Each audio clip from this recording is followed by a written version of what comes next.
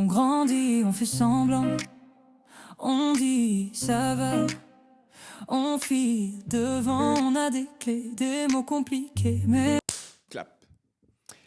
Et si les vêtements de ta mamie pouvaient se transformer en les plus beaux habits du monde? La question se pose. Aujourd'hui, mon invité fait quelque chose d'assez particulier. Je trouve ça très original d'ailleurs. Elle prend des vieux tissus, des morceaux d'histoire, un tissu qui raconte déjà quelque chose, et elle transforme ça en création originale, unique, et dont je suis très fan d'ailleurs. Voilà. On va parler aujourd'hui de style, de mode, pourquoi pas, de grandes marques également. On va aussi parler de couture, mais pas que. On va certainement parler aussi de tissus qui racontent l'histoire. Mais bon, on va aller en profondeur dans tout ça. Toujours est-il, c'est que bienvenue dans J'ai 7 ans, explique-moi ton métier. J'ai l'immense plaisir d'accueillir Cassandra.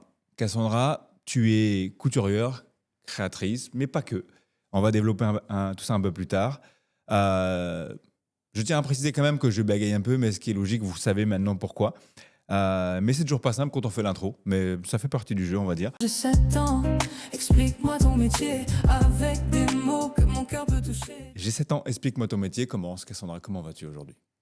Ça va, merci beaucoup de m'accueillir. Ça va, ça va. Ça va? Ouais. Bon alors, bon, on est parti alors.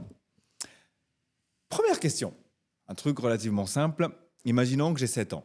Je te pose une question, c'est quoi ton métier? Peux-tu me répondre à ça en une phrase, s'il te plaît? Mon métier, c'est créatrice de mode. Mhm. Donc j'imagine, je réfléchis sur la création des vêtements que tu peux porter aujourd'hui. D'accord. Euh, voilà. Donc depuis l'idée qui germe dans la tête jusqu'à la réalisation physique du vêtement que tu portes. Ok, très bien. Toujours face à toi, cet enfant de 7 ans, il rentre dans ton atelier, la première chose qu'il voit, c'est quoi? Le bazar, le désordre, parce que j'en mets partout. Je pense que la créativité fait que tu t'éparpilles aussi. Hein. Donc ouais, je pense que le bazar, et puis au milieu de tout ça, des tissus et une machine à coudre. Ok, très bien. Euh, c'est quoi le préjugé qu'on pourrait avoir à ce que tu fais? Ton À ce que je métier, fais. ta créativité? Que je passe mon temps derrière ma machine à coudre, je pense que c'est un des premiers préjugés qu'on peut avoir. Le deuxième, peut-être aussi, c'est le petit côté... alors ça dépend. Peut-être le petit côté artisanal, donc petite créatrice dans son atelier à faire des petites choses. Ou de l'autre côté, si on te prend pour une vraie marque, de te dire non, mais c'est une marque un peu élitiste, elle est dans son monde, tout ça. Je dirais Ok, qu'il y a deux visions qu'on peut avoir. ok. On va développer un peu du coup le côté marque élitiste. Ouais. Qu'est-ce que tu... Enfin, c'est quoi une marque élitiste pour toi? Pour moi, c'est... bon, on en parle beaucoup aujourd'hui dans le secteur de la mode, souvent pendant la Fashion Week, là, qui se termine tout juste. C'est le fait qu'une marque reste... on est un peu dans son entre-soi, donc on est parmi les mêmes personnes. Mhm. Et on va éviter d'ouvrir ce secteur-là à d'autres personnes qui seraient intéressées, qui n'ont peut-être pas des privilèges financiers ou sociaux, en fait, de faire partie d'une famille d'eux ou Mhm. d'avoir assez d'argent pour en faire partie. Ok. Euh, avant de creuser un peu plus, c'est quoi ta journée de travail? À quoi elle ressemble? Ma journée de travail, elle commence par ouvrir mon ordinateur portable, Mhm. checker mes mails, vérifier mes mails, et vérifier mon calendrier éditorial, donc savoir quelle communication je dois mettre en place aujourd'hui. Est-ce que j'ai préparé mon post à faire sur Instagram, sur les autres réseaux sociaux. Euh, Quand je suis dans la préparation d'une nouvelle collection, je prépare les pièces, donc je les découpe Mhm. une à une pour pouvoir les apporter dans un atelier de confection par la suite. Et après, le reste de la journée, je dirais que on change de casquette toute la journée. Ok. Mhm. Donc il y a la créatrice, il y a celle qui découpe, il y a celle qui fait la communication, il y a celle qui fait la logistique, parfois quand il y a des colis à envoyer. Alors, ton identité, c'est donc de récupérer, pas forcément du vieux tissu, parce que c'est un peu péjoratif quelque part de dire vieux tissu, mais en même temps, ça a quand même son charme, le Mm. fait de dire que ça a du vécu. Mm. Quand on dit vieux, ça a forcément du vécu. Et comment tu trouves ces tissus-là? Et quand on découvre, il se passe quoi? Moi, j'ai beaucoup d'imagination quand je les vois. De toute façon, quand je vais chercher ces tissus-là, donc je vais chiner dans des Emmaüs, dans des ressourceries, parfois chez des particuliers. Euh, le choix du tissu, il se fait à l'esthétique, aux couleurs, aux motifs qu'il représente.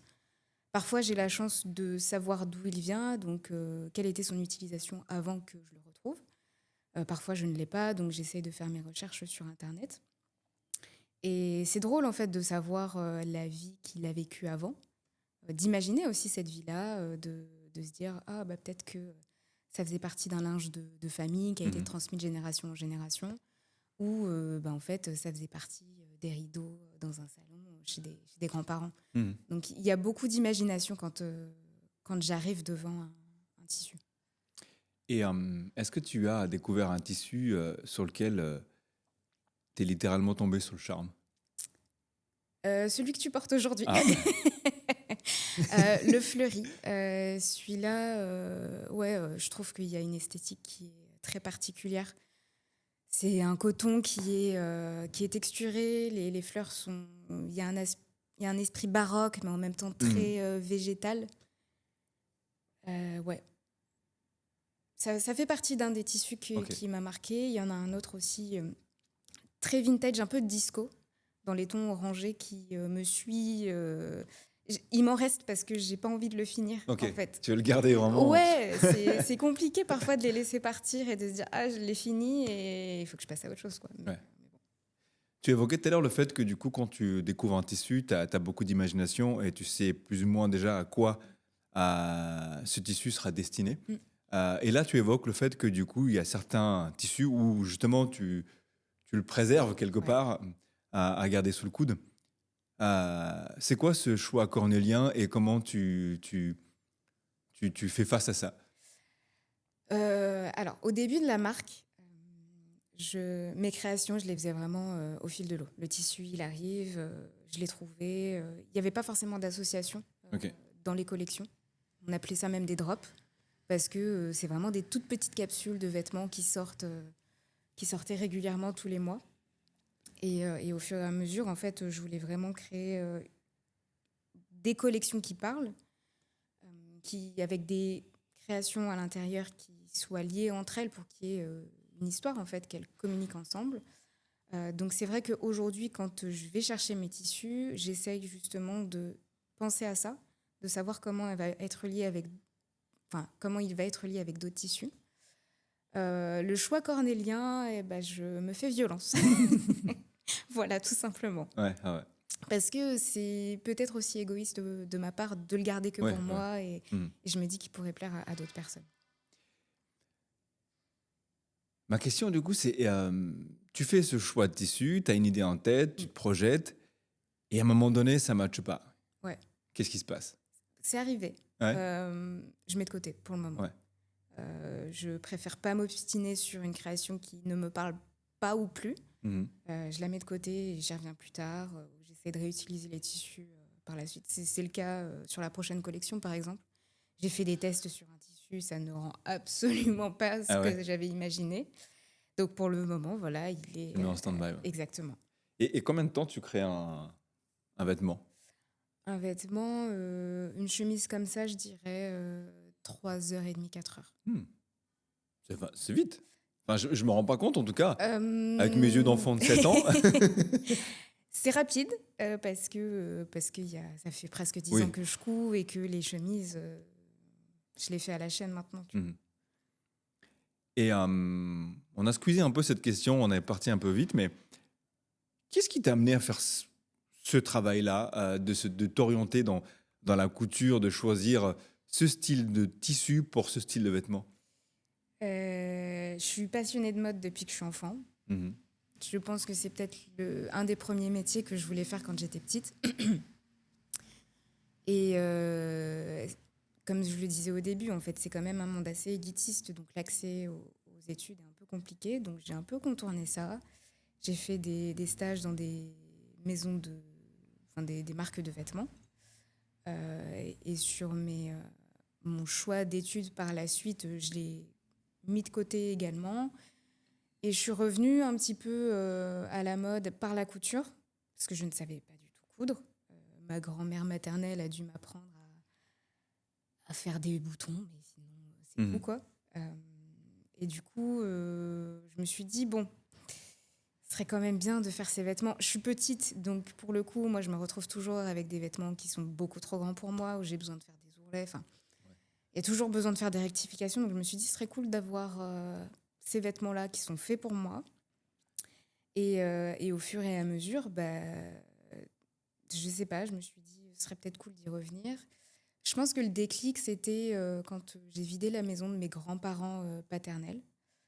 Euh, Il y avait plein de tissus qui restaient chez eux, dans les placards. J'ai grandi avec et j'ai jamais fait attention à ces Mhm. tissus-là. Et il y avait une paire de rideaux dans le salon. Sur le moment, je me suis dit, waouh, c'est beau. Et je les ai laissés. Et il y a toujours ce petit truc de me dire, ah, j'aurais dû les prendre. Et c'est un peu ce que je me dis, en fait, avec les tissus que je chine aujourd'hui. Bah, j'ai pas envie de les laisser.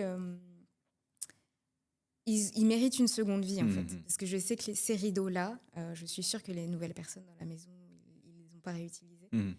Donc, elles méritent de pouvoir avoir une deuxième vie, voire une troisième vie. Et ouais, et au fur et à mesure, l'idée de la marque de vêtements est venue assez rapidement. Et une idée de marque de vêtements pour l'homme et puis pour la femme, c'était plus une évidence parce que d'avoir des modèles assez intemporels qui sont pas genrés, en Mhm. fait, c'était assez important pour moi. Voilà. Ok, c'est clair. Question technique. Est-ce que les tissus de l'époque Ouais, sont plus qualitatifs que ceux d'aujourd'hui? clairement. Mhm. Je le vois, hein, le coton, donc souvent, c'est des draps que je chine. Les draps blancs, tu le sens juste Mhm. sur le poids, Oui, en fait. au toucher, Tu au sens que c'est... ressenti, ouais, Ouais, ouais, c'est pas exactement. du tout ok. Donc, rien que ça, tu vois que c'est qualitatif. Euh, je sais qu'il y en a qui ont des trous, mais en fait, je me dis, vu l'âge qu'ils ont, Mhm. c'est logique et je pense qu'il a fallu un certain temps d'utilisation Mhm. pour que ces trous arrivent là. Mhm.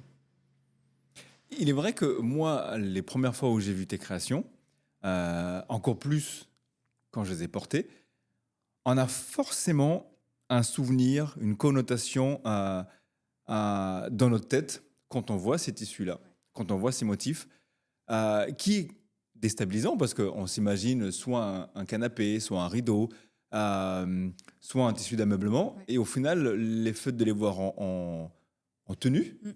bah c'est un peu déroutant, Ouais. mais en même temps, moi j'adore. Donc du coup, pour ça, arriver à cette question, c'est qu'est-ce que les gens te disent quand ils voient tes créations? Ah, j'adore. Voilà, fin, au Ouais, revoir. non, souvent c'est ça. J'aime trop ce que tu fais. Après, les gens qui me font ces retours-là, c'est des gens que je côtoie. Mhm. Euh, je sais que c'est aussi des personnes qui vont pas porter ces créations-là parce que elles sont très originales. Après, pour les gens que je ne côtoie pas, j'ai eu beaucoup de messages sur Insta de personnes en me disant j'adore tes créations, elles sont trop trop belles. J'ai beaucoup de compliments. Mhm. Voilà. C'est cool, Ouais, c'est gratifiant. ouais, de ouf. C'est gratifiant. Et est-ce que tu penses que justement ce côté gratifiant n'est pas quelque chose sur lequel tu pourrais tomber dans les travers je m'explique en te disant bah c'est cool, je laisse couler puis voilà quoi. Non, Ouais, je suis pas comme ça. ouais. Je me dis sur plus, bah, en fait, rien ne me dit que demain, les gens ils diront toujours ça, tu vois. Ouais, Donc, ouais. bah, on se repose pas sur les lauriers. Mhm, ok. Tu évoquais tout à l'heure en début le fait que tu chines ces tissus à différents endroits. Euh, Est-ce que tu te dis à un moment donné, je vais aller chiner ailleurs parce que du coup, sur le Poitiers, j'en ai fait le tour, ou les alentours? Ouais, ça m'est déjà Ouais. arrivé. Ça demande de la logistique. Où est-ce que j'ai fait ça? Ouais, je suis allée sur Châtellerault déjà parce qu'il y a une autre communauté Emmaüs qui a d'autres ressources. Mhm. Il y a des centres de tri qu'il faut que je contacte, mais c'est quand même un monde.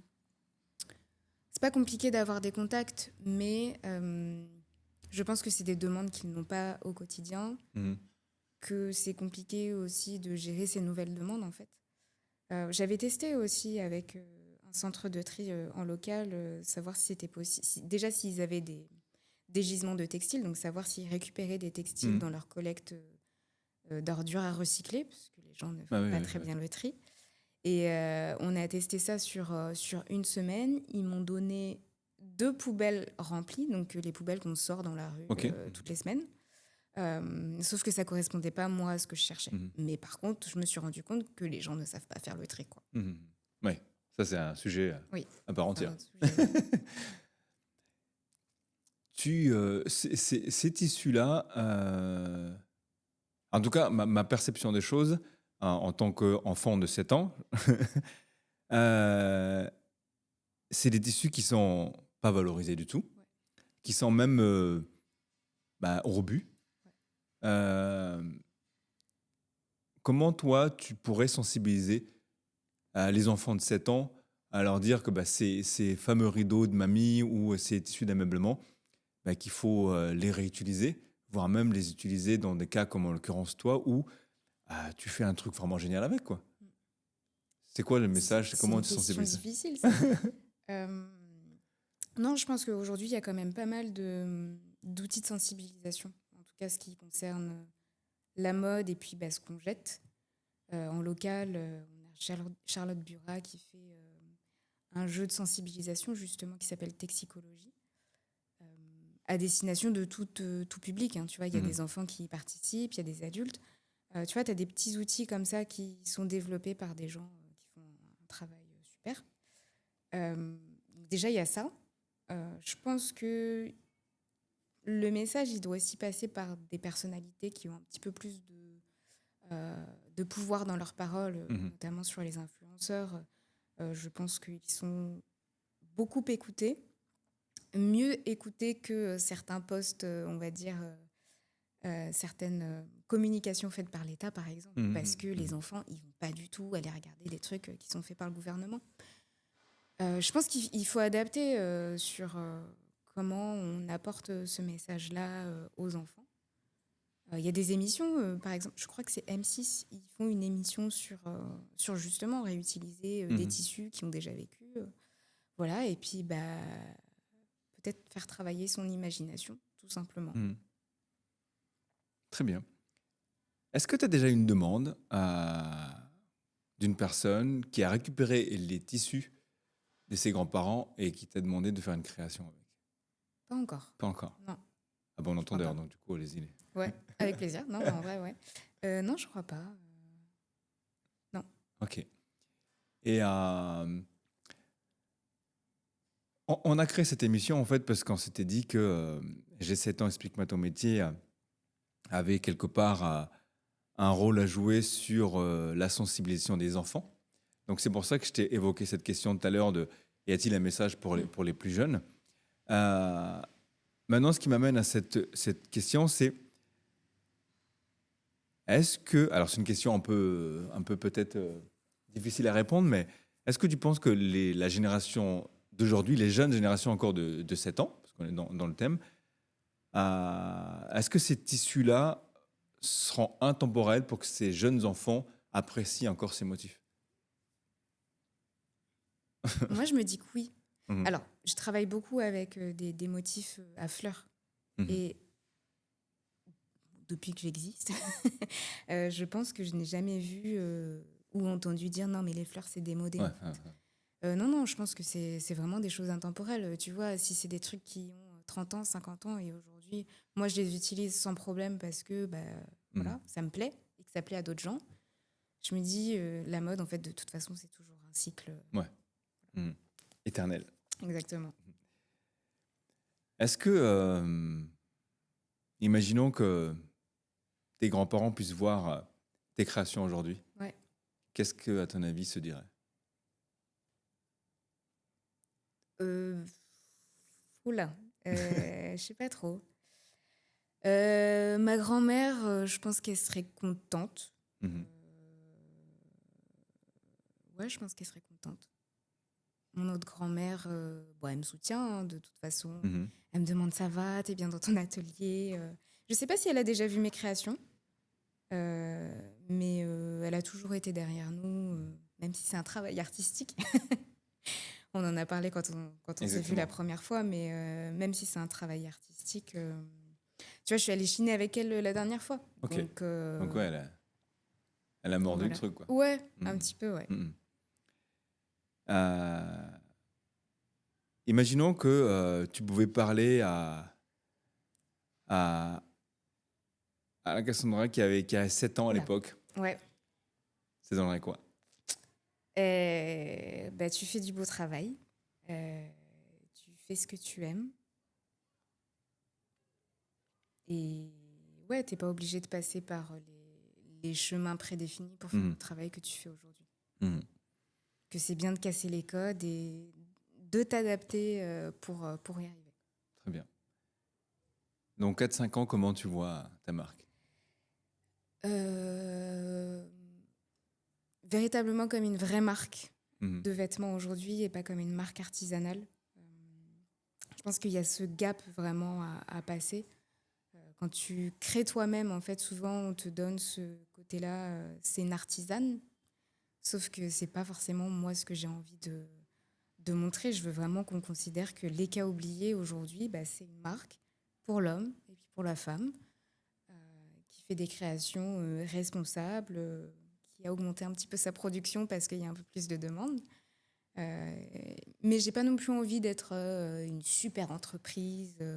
J'ai quand même envie de rester sur une échelle à Mhm. taille humaine en fait Mhm. parce que ouais, je trouve que c'est important quand même d'avoir cette Ouais. authenticité-là, de rester à une taille viable et où le côté humain n'est pas perdu. Ok.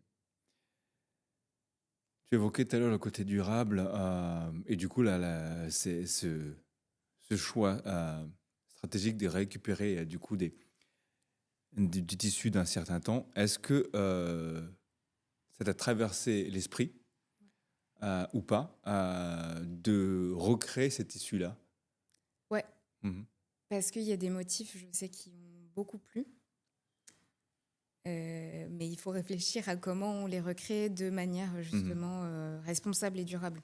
C'est pas créer pour créer. L'idée, c'est de savoir si, OK, il y a de la demande derrière, s'il y a des gens qui vont l'acheter ou pas, et de voir quelles sont les solutions les plus éthiques euh, qu'on peut utiliser pour bah, éviter qu'il y ait des répercussions au niveau environnemental, au niveau social, tout ça. Ok.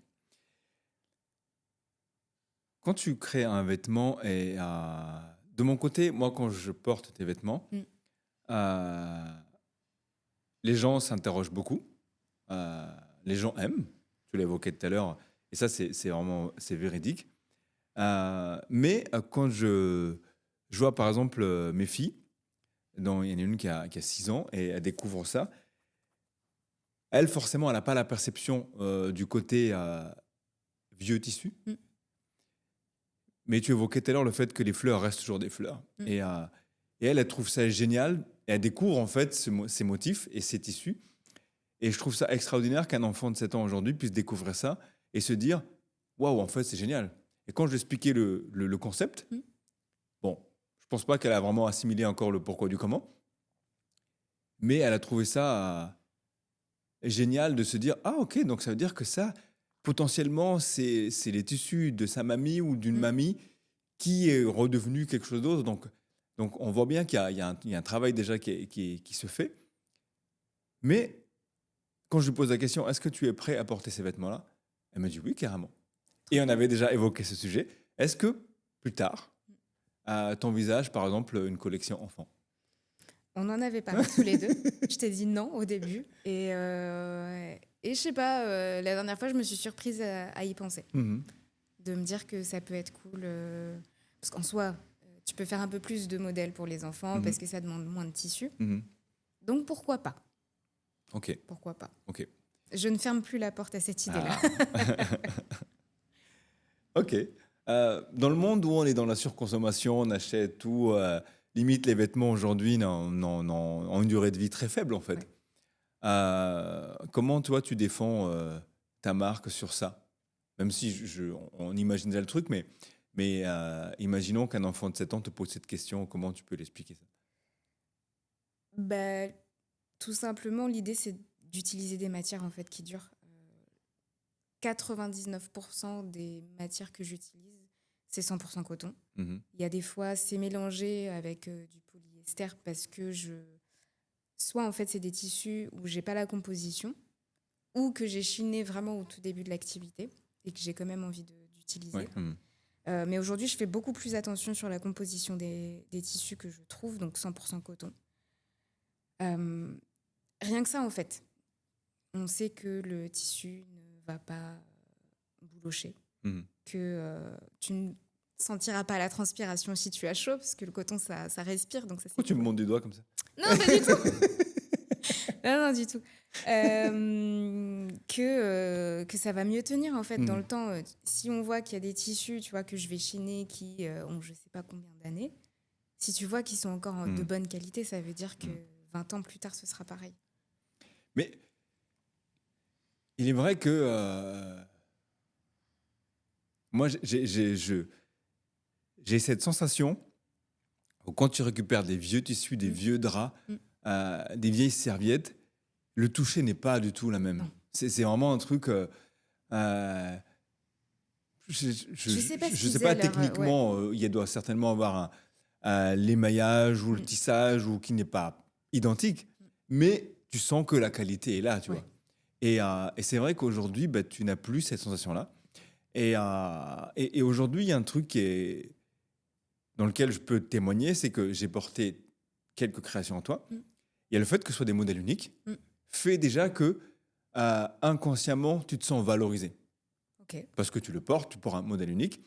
Et tu sais que le vêtement que tu portes, il n'y a personne d'autre qui va le porter, en fait. Ouais. Et ça, je trouve ça, dans le monde où on est dans la surconsommation, on a tous plus ou moins les mêmes trucs, ben ça, c'est quand même comment on pourrait dire, un truc qui n'a pas de prix, quelque part. Parce qu'on se dit, bah, c'est génial.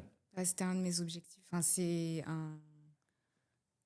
un critère de ma marque que je voulais absolument. Parce que quand j'étais petite, moi, si j'avais le même vêtement qu'une copine, j'étais pas contente. Mhm. Je ne supportais pas avoir les mêmes vêtements que les gens dans ma classe. Mhm. Donc voilà, effectivement, pièce unique. C'est excellent. Puis en plus, bon, là, on se rend pas compte, mais les étiquettes sont vraiment très stylées. C'est marqué dessus à la main. Enfin, Oui.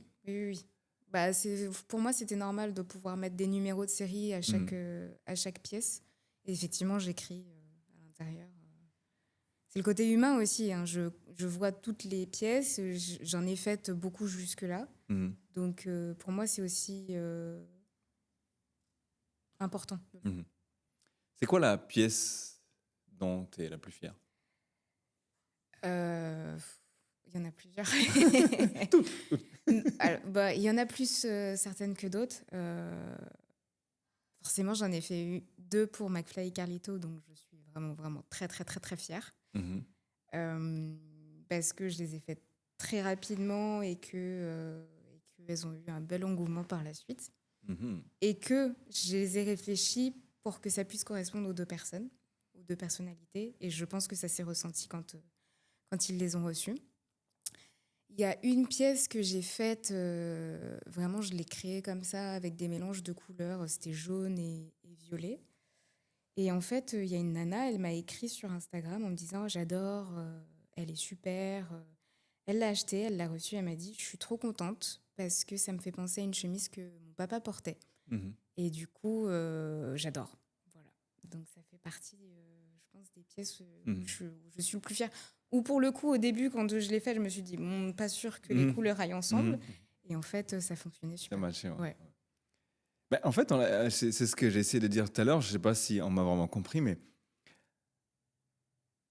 dans ce que tu proposes, en fait, il y a forcément un ressenti derrière. Ouais. On a tous forcément vu ces motifs-là quelque part. Alors forcément, quand on était jeune, ça nous passait largement au-dessus de la tête. Mais le fait de les redécouvrir aujourd'hui sur une autre façon, ben, en fait, émotionnellement, c'est fort. C'est très fort. Et bravo à toi pour ça, parce que c'est quand même quelque chose qui vaut le détour. Tu vois. Moi, aujourd'hui, je me sens enfin, en fait, fier de porter tes créations, parce que tu te l'appropries, en fait. Tu te l'appropries littéralement. Mais tu vois, ça me fait penser à un modèle que j'ai fait. J'ai chiné un paréo malgache. Bon, voilà. Voilà. Tu vois, je l'ai chiné. Ma mère, elle m'a dit J'aime pas trop. Ouais. Elle me dit, j'ai vu ces tissus toute mon enfance, c'est pas... Moi, je trouve pas ça beau, tu vois. Oui, oui, oui. J'ai créé... Elle était blasée du coup par ce Ouais, tissu quelque part. Voilà. clairement, elle me Ouais. dit, non, mais Ouais. vas-y. Et C'est trop, j'ai quoi. fait la création, elle m'a dit, il est trop beau. Ouais.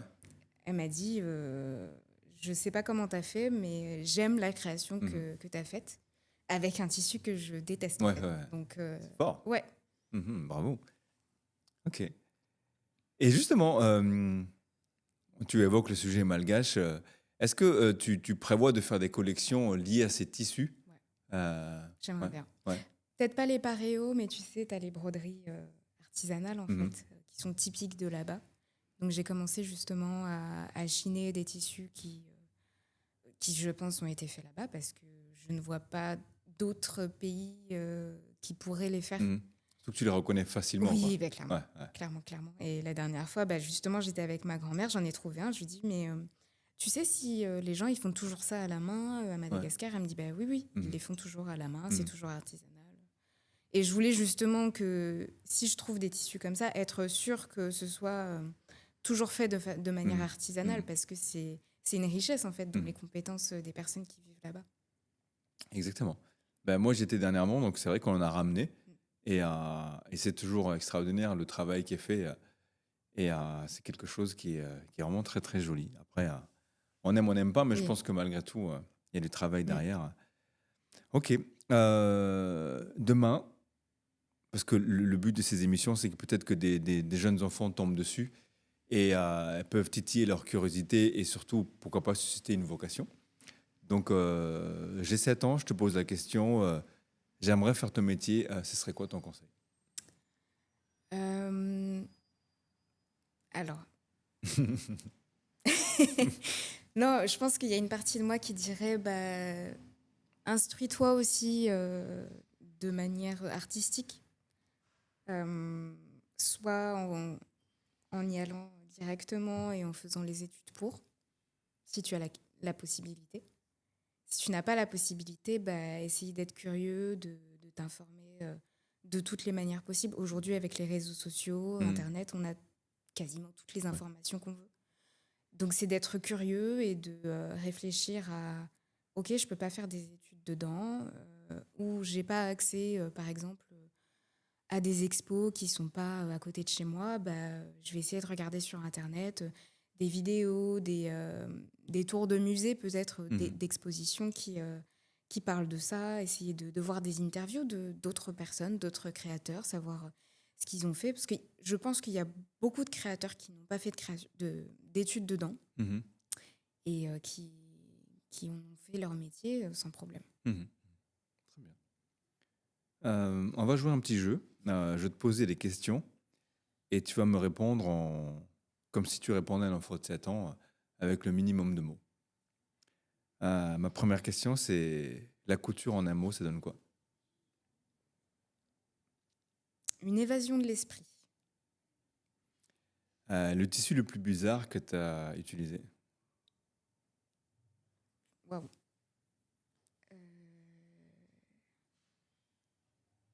Le plus bizarre. Ah, bonne question. Non, je sais pas. Les rideaux, quand même, ça reste quand même assez particulier. Déroutant, ouais. Ouais. Si les vêtements pouvaient te parler, tu dirais quoi? Aide-moi! Achète-moi, je pense. Ouais, Ok. achète-moi. Ta mamie en 3 mots. Ma mamie en 3 mots. Laquelle? Non, mais euh, toujours présente.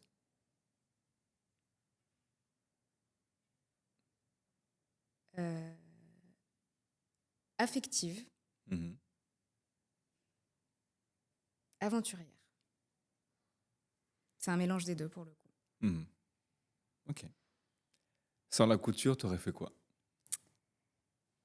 J'aurais continué mon parcours dans la RSE. Donc, c'est accompagner des entreprises pour réduire leur impact environnemental.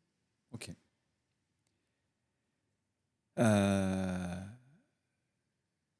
si ce métier te donne un super pouvoir, ça serait lequel?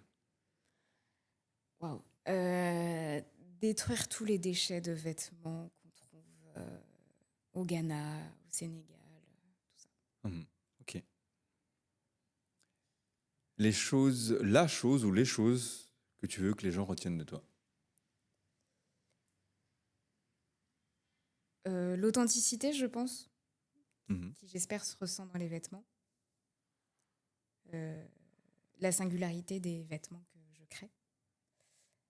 Euh, L'adaptabilité. Ok. Ok. Est-ce qu'aujourd'hui, des gens peuvent te contacter s'ils ont des tissus, des choses comme ça dans leur placard et qu'ils souhaiteraient t'en faire don? Carrément, Donc pour ça, il faut qu'ils aillent soit sur Instagram, soit sur ton site. exactement. Ok, super. Donc les amis, au bon entendeur, si vous avez redonné vie à des tissus, ben, n'hésitez pas à faire appel à Cassandra pour ça, parce que ça peut peut-être donner des trucs hyper cool. Mais on le sait déjà, maintenant la preuve étant. Vous voyez. Et est-ce que tu t'es fixé une limite sur le nombre de créations que tu te fais par an, en Non, termes de quantité, en termes de volume, en termes de... non. Non. J'essaie quand même d'avoir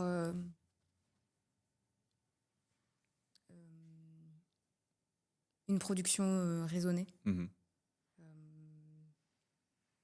donc 1000 exemplaires dans l'année, clairement non, Mhm. pour le moment en tout cas. Il faut aussi que ça vienne avec la demande. C'est quand même des pièces qui sont très originales, euh, qui... On est sur un niveau aussi un petit peu premium en termes de prix. Mhm. Faut aussi que les gens puissent pouvoir se les offrir. Mhm. Voilà. Ok. Est-ce que, par exemple, demain, j'achète un vêtement chez toi, je peux revenir pour faire retoucher quelque chose Bien sûr. Ok. Ouais. Ok. Alors, c'est compliqué quand tu habites à l'autre bout de la Oui. France. Mhm. Mais non, non, si, s'il y a la possibilité, c'est sans problème. L'idée, c'est ça, c'est que de pouvoir aussi adapter le vêtement à la personne s'il y a un détail qui pose problème. Moi, par exemple, là, je porte une de mes pièces.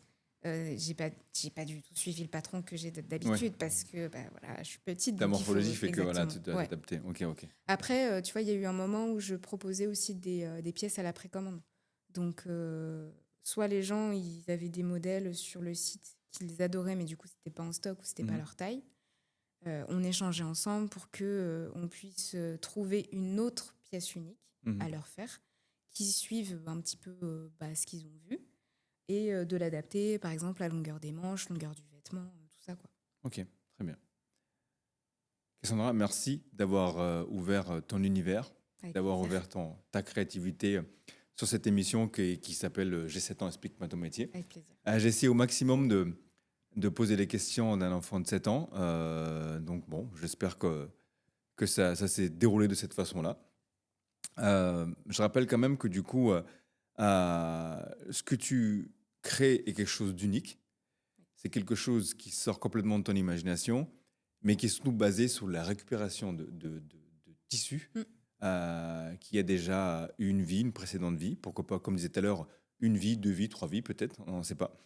Tout ça dans le but vraiment le côté réutiliser une matière, faire moins de déchets et surtout créer quelque chose qui soit durable dans le temps avec des motifs et des coupes intemporelles. Ça va, j'ai bien... C'est parfait. Bon. C'est parfait. Et avant de clôturer, je vais te donner quand même le mot de la fin. Euh, tu devrais expliquer en fait ce que tu fais à un enfant de 7 ans pour qu'il puisse vraiment comprendre ça et comprendre l'importance de ce que tu fais. Ça donnerait quoi?